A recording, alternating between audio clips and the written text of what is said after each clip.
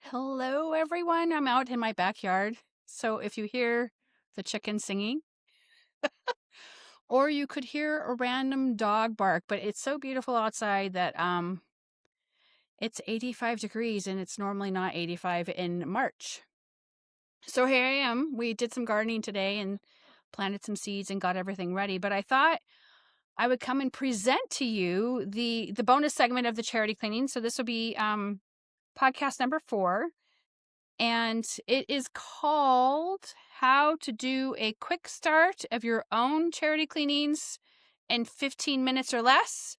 So we can really probably stop talking about charity cleanings at this point, but we're going to talk about how to start it and actually set one up. So nothing really changes about the values and what you do and all that other stuff. But today we're going to walk you through how to set up your first charity cleaning in about 15 minutes.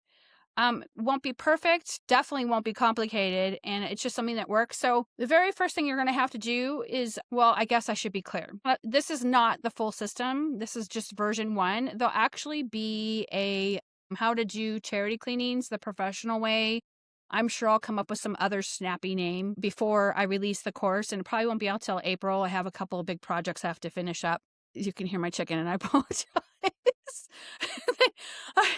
They're not really supposed to be free range, but today they are. So you need a starting point.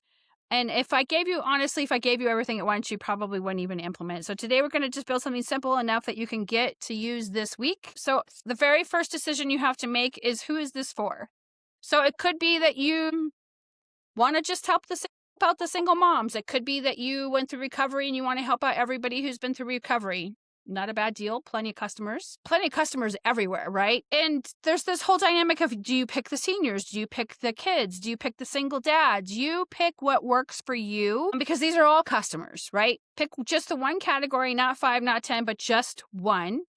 And it really could be a family who's going through a medical situation. We run into this all the time. Everybody's heard of Cleaning for a Reason. I've done charity cleanings with them. I mentioned how 10 years ago, I sat on this woman's couch and I blubbered with her because my dog's just going to go bark at something. So everything will feel like it qualifies, but you have to pick just one. And if you don't pick one, you'll end up burning out and you'll become overwhelmed and things won't run smoothly. So if you want to do hoarding charity cleanings, by all means, bless your heart for doing so. It's just they're a lot emotionally. And then you're going to decide how often you're going to do this. So is this going to be a once a month thing? Is this going to be a once a quarter thing? Is this a twice a year thing? Is it just one day a year like I do with Alan's Day? You decide what works best for your business and then pick it, because that's what protects your business, right? Pick it, stick with it, and boom, right? This will grow faster than you expect because everybody's going to want to get on the list. And then you're going to have to define what the cleaning is. So it could be with Cleaning for a Reason. I've given plenty of examples of what that was like. So they got 2. Of course, it's always a chicken. Sometimes I think they're rowdier than the dogs. You pick. With Cleaning for a Reason, it was 2 charity cleanings max. And we used to give 2 hours each. If they needed more than 2 hours, and 9 times out of 10 they did, they got a discounted rate. We didn't charge them a full rate. So you figure out whatever your wholesale price is, or maybe you want to do 2 3-hour cleanings. Whatever it is, you decide what you can budget for. And then what are you going to actually do? You're not going to do everything. Not everybody is going to be able to be in the position to have their walls washed or whatever's going on. You're just going to try to catch them up. So that the thing that really got me with Cleaning for a Reason was the fact that these people are dying, right? They're terminal 9 times out of 10. And that's when everyone comes to visit you. And then as women, because we have been conditioned to do this, is, oh my God, my house is a mess. What do I have to figure this out. I have to figure that out. And that's when everyone comes to see you, right? Is when your house is a mess and everyone's like, don't worry about it. But in their mind, they're like, my God, my house is a mess. So make sure what is not included. An oven cleaning might not be included. A refrigerator cleaning might not be included, depending on the scope and the frequency of what you've picked to do. I have found that when you do if you're offering 2, if you do 2 weeks and 2 weeks, or 1 month and 1 month, works better than 1 week and 1 week, because there's a lot going on with, they have caregivers and people coming to visit and everything else. But you could always offer it. It's just, I found that they end up backing out if they do it weekly. It's just something I've observed. And then you have to decide how someone's going to get selected.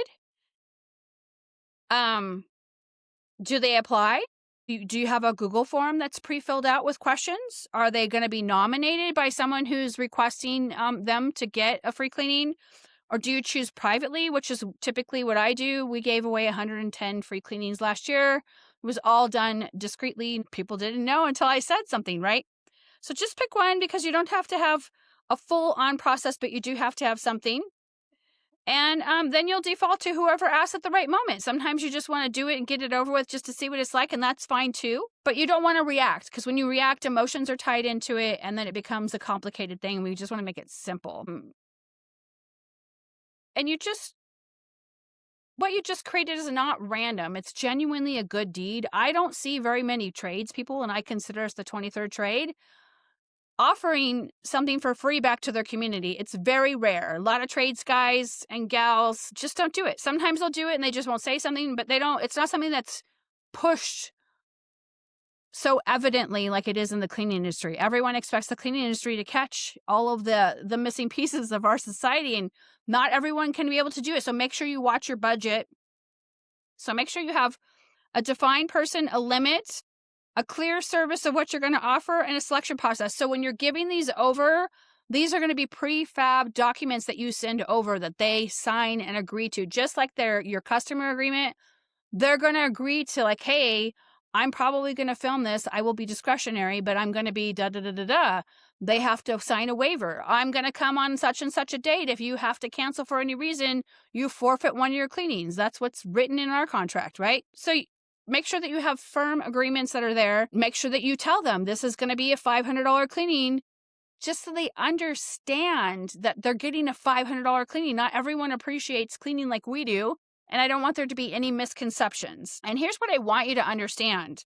This is not the full framework. What's missing are like intake forms, which will be in the course, communication templates, emails, follow-up emails, what to do if they sign up for regular service, team coordination, scheduling systems, follow-up process.